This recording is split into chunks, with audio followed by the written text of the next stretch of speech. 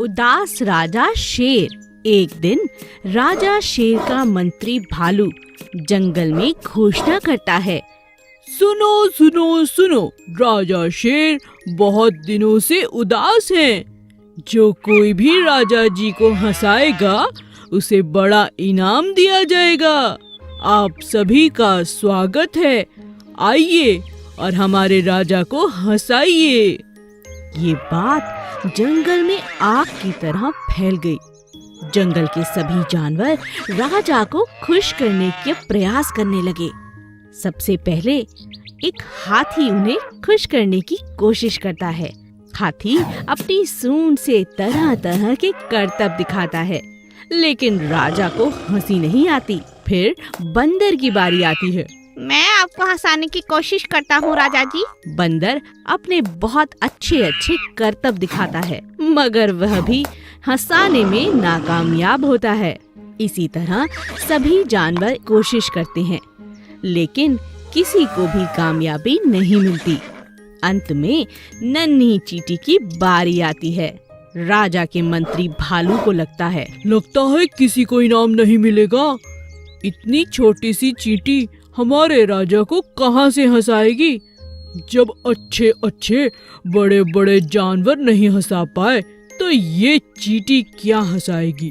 तभी चींटी गुस्से में लाल होकर राजा के नजदीक आती है और कहती है, देखिए राजा जी, बहुत हो चुका। मैं आ रही हूँ आपके पेट पर गुदगुदी करने। आपको तो फिर हंसना ही होगा। अपनी तरफ गुस्से में चींटी को आता देख राजा की हंसी निकल पड़ी। हो हो हो हो हो हो हो हो। राजा को हंसता देख सभी जानवर हंसने लगे और नाचने लगे। चींटी को भी राजा ने बहुत सुंदर इनाम दिया। एक बुद्धि मेंढक। जंगल के किनारे एक तालाब था। वहाँ बहुत छोटे बड़ी मछलियाँ और मेंढक रहते थे। तालाब में दो बड़ी चतुर मछलियाँ थीं। एक था सोना, दूसरी था रानी। सभी जल जीव अपनी समस्या लेकर उन्हीं के पास आते थे। एक दिन जंगल किनारे तालाब में मछलियाँ पकड़ने के इरादे से कुछ मछुआरे आए। एक ने कहा, अरे देखो, यहाँ इस तालाब में तो मछलियाँ ही मछलियाँ हैं। चलो इन्हें पकड़े। तुम ठीक कहते हो, यहाँ बहुत मछलियाँ हैं, लेकिन इन्हें पकड़ने के लिए हमें एक बड़े जाल की जरूरत है। पहले हम अपना बड़ा जाल ले आते हैं, जिससे सभी मछलियाँ एक ही बार में हमारे जाल में फंस जाएंगी।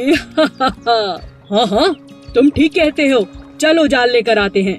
उनकी बातें वहीं बैठे तालाब के मेंढक ने अच्छी तरह से सुन ली थी। वह नहीं चाहता था कि सभी मछलियों को ये मछुआरे मार दें, इसीलिए वह ये खबर लेकर सोना और रानी मछली को बताने के लिए गया। मछली मछली सुनो, मैं अभी देख कर आ रहा हूँ। मछुआरे आकर तुम्हें अभी पकड़ लेंगे। कुछ ही देर में वो आते ही होंगे अपना बड़ा जाल लेकर। तुम बहुत डरपोक हो। डरने की कोई जरूरत नहीं।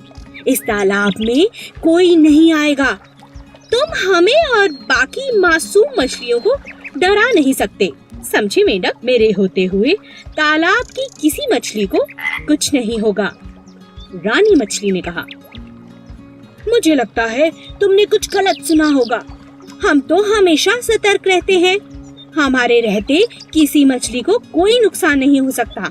तुम यहाँ से जा सकते हो। दोनों मछलियों की बात सुनकर मेंढक कहता है, मैं मानता हूँ आप दोनों बहुत बुद्धिमान हैं, मगर मैं भी एक छोटी सी बुद्धि का स्वामी हूँ और मुझे अपने कानों पर भी पूरा भरोसा है।